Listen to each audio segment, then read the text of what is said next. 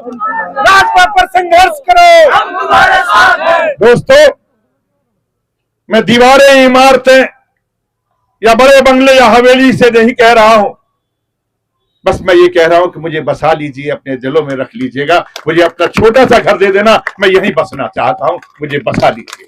और मैं वादा करता हूं कि अगर इस मालिक ने चाहा तो मैं आपके बीच में आपकी समस्याओं के लिए लड़ूंगा। मेरे भाई यहां पर बहुत मजबूत लोग हैं, मैं इनके साथ में कंधे से कंधा मिलाकर हम मिलजुल कर उस लड़ाई को जीतेंगे। वो सोचते होंगे कि यहां पर रेल की पटरियां नहीं दी, वो सोचते होंगे कि यहां पर मेट्रो नहीं दिया। एक बार हम सबको इकट्ठा हो जाने दो तो फिर माशाअल्लाह कुछ करके ही दिखाएंगे। आने दो और अच्छा करेंगे। करने की कुव्वत भी है और करने का इरादा भी है। हम कमजोर लोगों में से नहीं हैं। जो लोग नेक होते हैं वो कमजोर नहीं होते, तो शायद कम बोलते हैं, जो जब बोलते हैं तो हिला देते हैं। आओ, मैं आपको जज्बाती करके ज्यादा वोट नहीं कहना चाहता। कुछ लोग चाहते हैं कि मैं आपको जज्बाती करूं, लेकिन नहीं, मैं फिर कहूंगा जज्बाती नहीं। शऊर से काम लेना, मोहब्बत से काम लेना, मगर अपनी उंगली को मजबूत करके रखना और अपना जहां बटन दबाना है बस वही दबाना, वही दबाना और वही दबाना।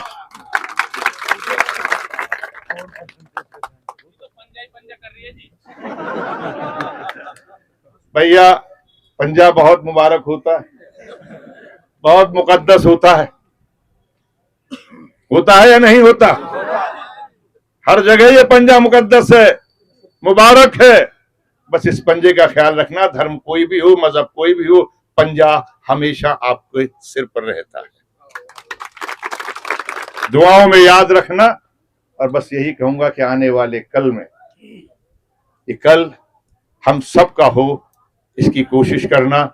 बिरयानी उस दिन कम खाना रात को, ताकि जल्दी सुबह उठ जाओ, लाइन में लग के वोट दे आओ और घर पे कह देना कि चूल्हा बर्तन बाद में करना, पहले वोट डाल लो, फिर गर्मी हो जाएगी, वोट डल जाए, फिर आके खाना वाना बनाना। और सुबह सुबह थोड़ा सा भाई, थोड़ा नाश्ता वाश्ता बाद में कर लेना। बहुत बहुत शुक्रिया। हंसते खेलते रहो, ऐसे ही तशरीफ फरमा मेरे बुजुर्ग हजरात, नौजवान साथियों, मेरी माताओं, बहनों, खवातीनों, हजरात, और इस प्रोग्राम के रूहे रवां हमारे लीडर और इस मंच पर बैठे हुए तमाम कांग्रेस पार्टी और इंडिया अलायंस के अहदेदार, सबसे पहले शुरुआत करता हूं कि मेरे भाई भी हैं, अगर ये कह सकूं तो मैं भी इनका बड़ा भाई हूं।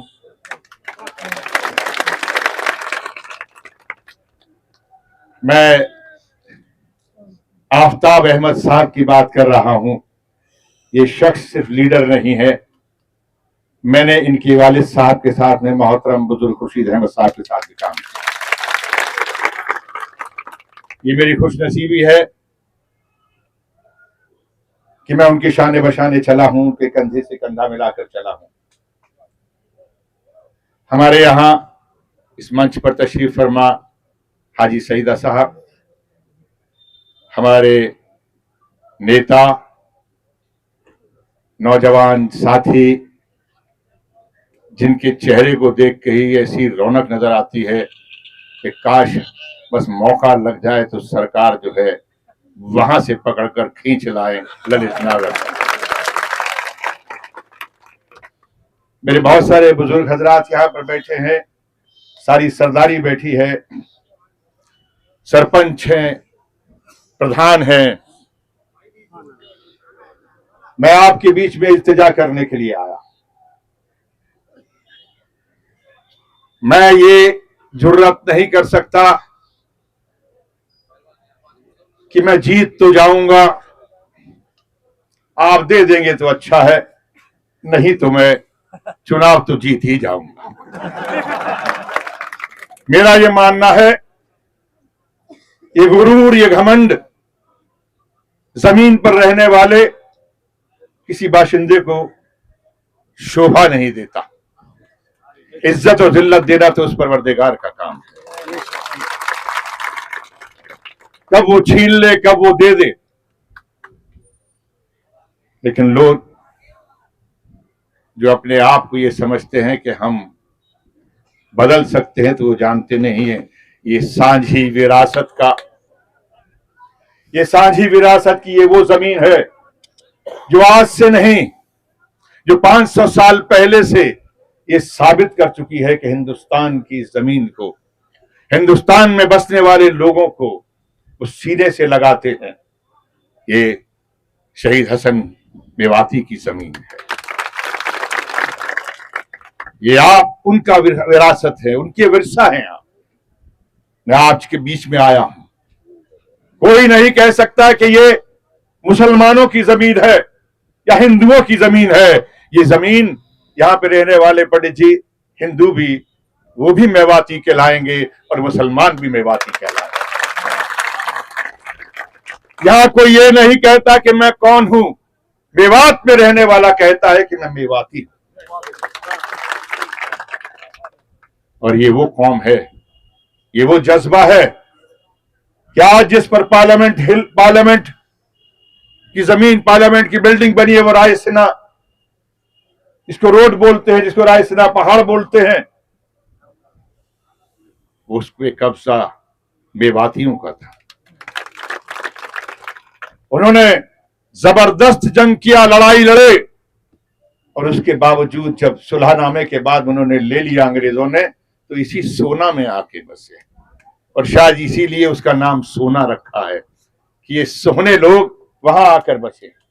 मैं उन मेवाती हजरात से, मैं हिंदुओं से नहीं, मुसलमानों से नहीं, बल्कि मैं इंसानों से मैं मांगने आया हूं भाई। उनका काम है जो अहले सियासत जाने, मेरा पैगाम मोहब्बत है। जहां तक पहुंचे मैं आपके बीच में रहूंगा।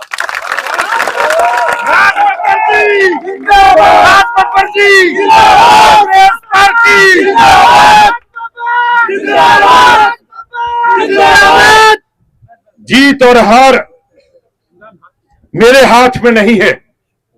मैं मेहनत कर सकता हूं, मैं नेकी से साथ चलने का इरादा लेकर आपके बीच में आपको यकीन दिला सकता हूं, लेकिन जीत और हार का फैसला आपकी इस नेक उंगली के हाथ में है। ये जब उठती है तो कोई भी धर्म के लोग रहने वाले क्यों ना हो, पंडित जी भी अगर कहेंगे तो ईश्वर का नाम लेंगे तो यही उंगली उठाएंगे। ईसाई भी जो अपने धर्म को याद करेगा तो इसी उंगली से यहां से ऐसे करके ऐसे करेगा। और जैन धर्म के लोग भी कहेंगे तो इसी उंगली को, एक ओंकारा को उठाएंगे। सिख भी उठाएगा तो कहेगा एक ओंकार सतनाम श्री वाहिगुरु। और जब आप लोग जब गवाही के लिए उंगली उठाएंगे तो यही उठाएंगे।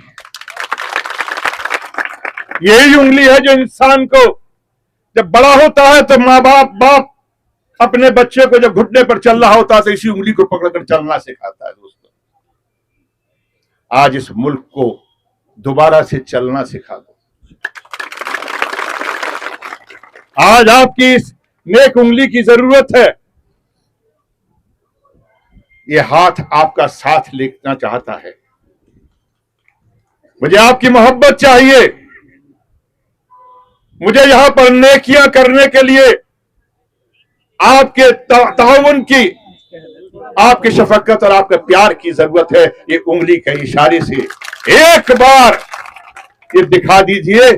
जीत हार गुरूर करने वालों के पास नहीं है, जीत हार तो जनता के पास में है, आवाम के पास में। और मैं आपके सामने दरखास्त करने आया, मुझे और मेरे मुल्क को आपकी जरूरत है। जिस मुल्क को यहां पर गासेड़ा गांव से आते हुए जब मैं आ रहा था तो गांधी जी की मूर्ति थी। वो आपके बीच में आए, आपके लिए गुजारिश की और आपने इसको बसाया। मेवात को बदने नहीं दिया और आप यहां पर बसे। जब गांधी के कहने पर आप बसे हैं तो मुझे भी यहां बसा लो, बस मैं यही आपसे दरख्वास्त